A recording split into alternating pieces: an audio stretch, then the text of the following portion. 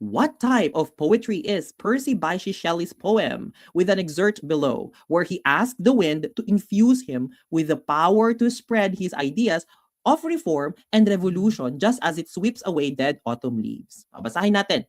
O wild west wind, thou breath of autumn being, thou form whose unseen presence the leaves dead are Diren, like ghosts from an encounter fleeing. Ano po sagot natin for question number 2? Question number 2. A. Haiku. B. Ode. C. Free verse. D. Sonnet. Ano pong type ng poetry ito? Okay. Ayan, para po sa mga bagong dating. Ayan, good evening everyone. Kindly share. Ayan, kindly mention your friends who will be taking the licensure examination.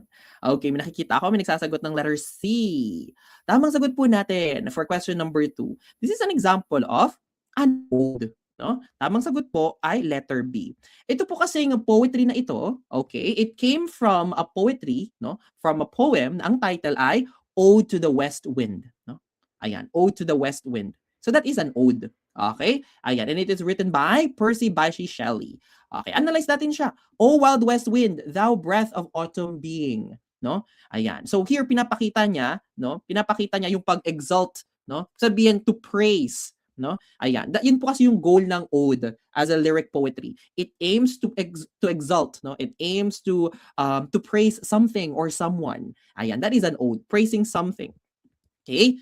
So, ano naman coach yung haiku? Kapag haiku, that is 575, no? So, meron po siyang 3 linya at bawat linya, okay, ay meron pong iba't ibang pantig, no? For the first poetic line, meron siyang 5 syllable. Second poetic line, 7. Third poetic line, 5. So, kapag haiku, keyword natin dyan, 575. Okay? Now, pag sinabi naman po nating free verse, ang tatandaan natin kaya siya tinawag na free verse, malaya, no? Ibig sabihin po, hindi natin tinitignan yung kanyang structure. Hindi natin tinitignan yung kanyang bilang. Okay? Hindi natin binibilang yung mga syllables.